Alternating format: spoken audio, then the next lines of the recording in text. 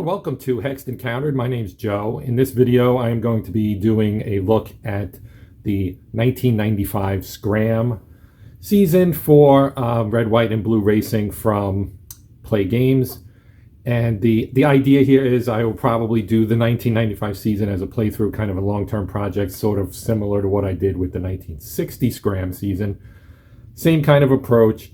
Keith Avalone, the man behind Plaay Games, is really creative and does a great job with, I guess, an assist from Jerry Minks as far as building this kind of historical, fictional kind of thing. And that's a genre that really appeals to me. So I really wanted to kind of dive into this.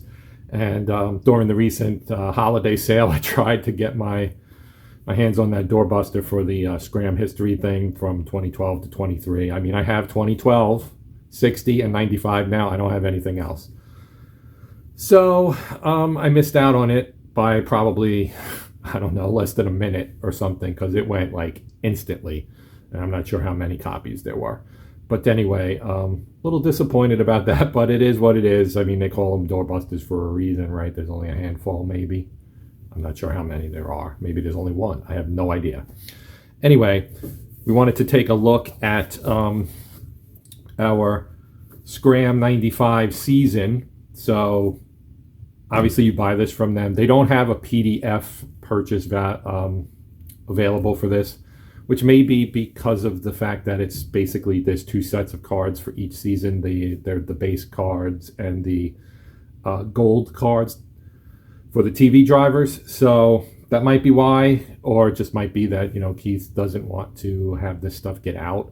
I'm not sure. Not my, not something I am aware of in terms of information. So anyway, this is an interesting one because one of the more, as Keith puts it in the description, one of the more popular / infamous drivers in SCRAM as of the 2012 through 2023 seasons has been Wayne Montana, who drives the 99 car in, I'll call it modern SCRAM, let's say. So when this was released, which happened not that long ago, this is a fairly new release here in 2023. And what this 95 season is the rookie season of Wayne Montana. Now in the 60 season, there's a driver called Branch Montana, who I assumed was maybe Wayne's father or maybe grandfather. There was a set of driver notes in here, and I'm going to go through that. So if you did watch the 1960 season, I did 10 races, kind of like a trial run. Unlike that season, which didn't come with a lot of extra detail, 95 comes with driver bios. It comes with a schedule in addition to the driver cards, of course, and the track cards, which the 60 season comes with those as well. It just doesn't have the kind of background information that really fleshes everything out nicely like this does. So what I'm going to do is, if you watch that 60 season of 10 races, I kind of created some images for the various drivers. I'm going to do something similar with the 95 set here.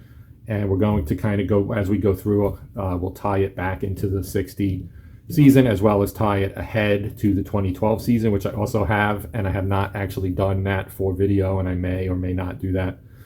If I could figure out a way to get my hands on the 2013 to 23 season somehow, I would probably pick those up and do some kind of long-term SCRAM thing. I'm hopeful that maybe somehow, some way, Plaay will, add more of these kind of retro seasons, something in the 80s, something in the 70s maybe.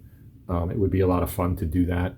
And, maybe I'll do something myself. I might reach out to Keith and say, hey, do you care if I kind of put something together in that vein, like a bridge season, so to speak.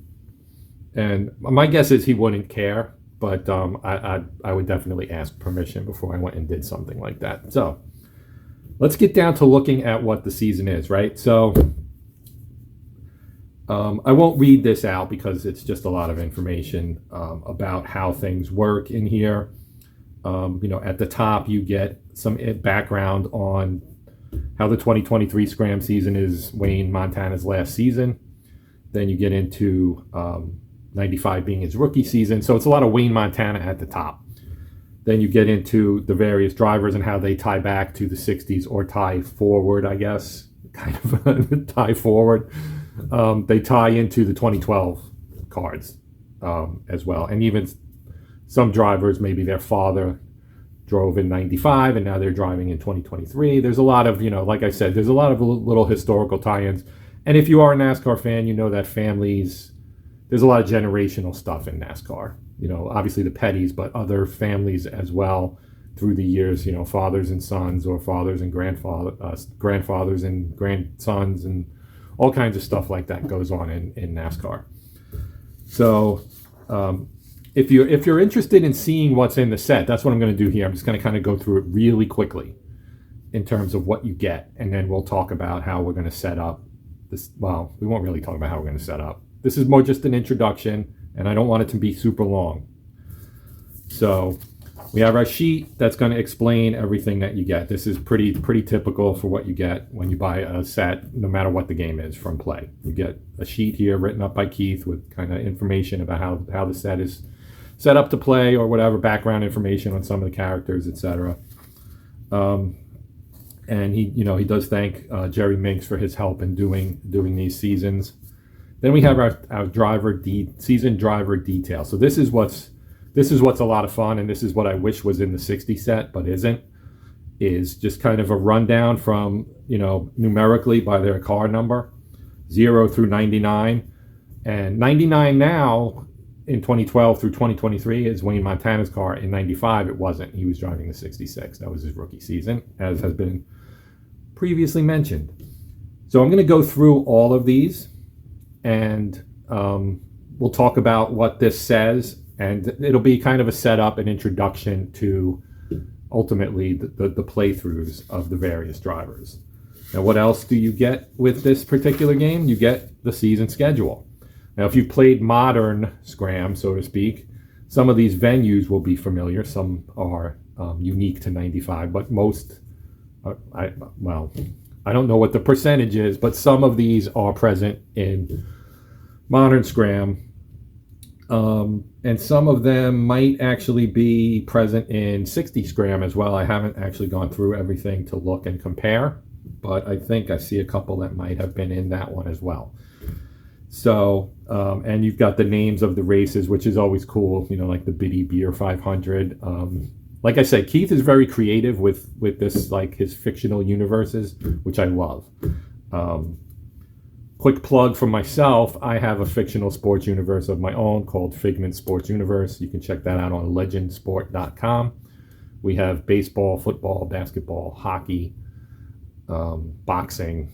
The boxing is a little I haven't touched it in a while, but the four main North American sports all on there. It's computer based, so I'm not using Play Games for that. Although I am thinking about doing something 70s themed on another website, another one of my websites that would be perhaps leveraging some of the Play Games, this one in particular. So then we have our cars, or driver cards, however you want to look at it. So a couple sheets, right? You get the regular white driver cards, and they start in numbered order. So you start from 0 and you go up through 99, and then you get a few spares in here, so you can actually add a few of your own drivers if you wish. That's one of the cool things that's offered here. You can see here's Wayne Montana, his 66 car from the 95 season. He's already got decent. That's pretty decent. Not gonna lie, that's a pretty decent card. And Greg Doty here, they kind of share the car. So, because Wayne's a rookie, so he doesn't have a full-time ride yet, but obviously depending on how he did in 95, then he gets a full-time ride down the road and becomes a superstar in SCRAM. So you have those, then you have the TV driver versions of these. So same cars, all the same. The only difference is it's on yellow cardstock instead of white cardstock. Then we get to the tracks themselves. So there are, I believe, 16 tracks. Yeah, so you get 16 tracks. Many of these, as I said, are tracks that are in the current SCRAM sets or have been in the SCRAM sets from 2012 through this year. Some of them perhaps are also in the 61. Heart of Carolina, I know for sure, is in the 61. This one is 2, I think. Great Lakes, Eastern Seaboard. Like I said, some of these are very familiar. Midwest. Yeah, some of these are definitely in there. Sun King, maybe. But no dirt tracks. That's one thing the 60s season has that this one doesn't, is dirt tracks. So that's going to do it for this portion. I think I'll look at some of the key drivers and tack that onto this video as kind of maybe show you what I mean by when I say I make up images and things for them. And I'll just kind of maybe just read their little blurb from Keith's sheet of driver information and provide that to you guys so you can kind of get a feel for what this is. If you have the 95 season, obviously it's old hat for you. But if you don't, and you think you might be interested in taking a dive into fictional stock car racing, I will say that I find this to be a blast. I like the game, but I really like the whole fictional thing because you're creating your own story, basically. Driving with Dale Earnhardt or Richard Petty or, any of your other favorite NASCAR drivers of yesteryear or now is a lot of fun too. But in this one, you don't have any preconceived conceptions of, this guy does, whatever. You kind of learn as you go. You can look at the cards and kind of figure some stuff out, but not everything is, you don't have a picture in your head of this is how this guy drives or this is what this guy looks like or anything really. So that's why I like the fictional stuff. It's a lot of fun. So anyway, that's going to do it for this portion. So, stick around here. We'll have a quick transition and look at a handful or more, depending, of the drivers. Now let's look at our 1995 SCRAM season driver detail. We'll start with the number 0, Zero Cavazos, a stock car racing icon in native Mexico, has lurked on the fringe of the SCRAM scene for years. In the number 2, Karen Mabry, the youngest in a family of brothers, first to break into the big time, continues to win her share of points and races. The number 3, Mark D'Amico, burly and argumentative, has made some enemies over the years, but is generally, and sometimes grudgingly, respected. The number 4, Denny Stoffel, son of 1960 SCRAM star Tommy Stoffel, now pushing 40 but carrying well the family racing legacy. Number 5, Vic Holder, newcomer to SCRAM in 1994, shows signs of sticking around for a while. He knows when to take chances on the track. Number 6, Carroll Worthington, a SCRAM staple. He's finished at or near the top of the point standings 4 of the last 5 years. Number 7, Pete Pettis, the father of Jordy and Kevin, who were born in the late 80s, at the peak of his career, enjoying accolades and wins. Number 8, Ed Swanson, scrappy youngster from the Midwest. He might be more of a factor with a better team behind him. Number 9, Lindsey Talby Jr. Dad was a young kid in the 1960 SCRAM season. Lindsey Jr. is in the prime of his career. He was born in '66 and is now 29 years old. Number 11, Lemon Resendez, earned his nickname through his consistently sour demeanor. Drivers have learned the hard way not to set him off. Number 12, Ernie Maldonado, the biggest star in the SCRAM universe, multiple championships, and a huge following of fans. Number 13, Dick Exum, one of the 90s young guns. He's quickly established himself as a force to be reckoned with. Number 14, Chris Yoder.